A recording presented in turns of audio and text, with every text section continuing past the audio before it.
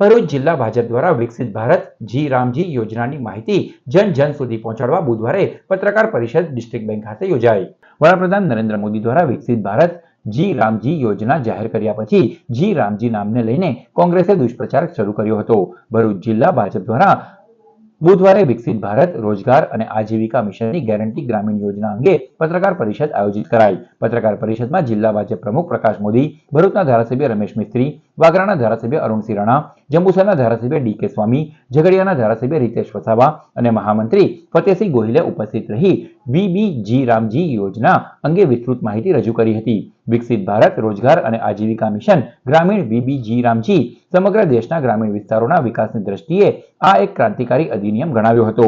વિકસિત ભારત જી રામજી એ યોજના હેઠળ જે તાજેતરમાં જી રામજી નામ આપવામાં આવ્યું અને એના સંદર્ભમાં કોંગ્રેસ તરફથી જે બુમરાણ મચાવવામાં આવી એના સંદર્ભમાં લોકો સુધી સ્પષ્ટ અને ક્લિયર વાત પહોંચે એ માટે આજે ભરૂચ જિલ્લા ભારતીય જનતા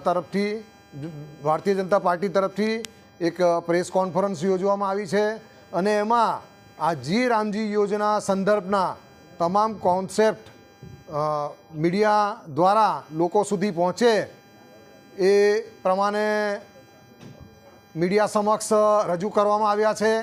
દેશના પ્રધાનમંત્રી શ્રીમાન નરેન્દ્રભાઈ મોદી દ્વારા સમગ્ર દેશમાં જે યોજના ચાલી રહી છે ગ્રામોત્થાન માટે, એ વિકસિત ભારત જી રામજી યોજનાની શરૂઆત કરવામાં આવી છે।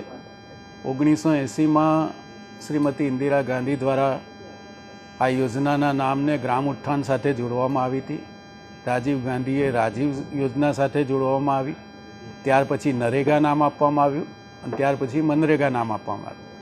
આ યોજનામાં એના અમલીકરણમાં ઘણા બધા લોફોલ્સ હતા, ભ્રષ્ટાચારની પૂરતી સંભાવનાઓ હતી અને કોંગ્રેસ સરકાર એ રોકવામાં નિષ્ફળ ગઈ હતી અને એટલા માટે ભારતીય જનતા પાર્ટીએ સમગ્ર દેશમાં વિકસિત ભારત જી રામજી યોજનાનું નામ આપીને આ યોજનાનું બજેટ જે કોંગ્રેસના શાસનમાં 35,000 કરોડ હતું એને વધારીને 95,000 કરોડ કર્યું છે।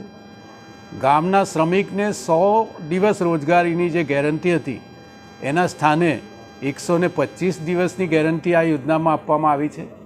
સાથે સાથે રાજ્ય સરકાર ઈચ્છે તો વધુ 60 દિવસની પણ રોજગારી આપી શકે। 60% રકમ આમાં ભારત સરકારની છે અને 40% રકમ એ રાજ્ય સરકારોની રહેશે।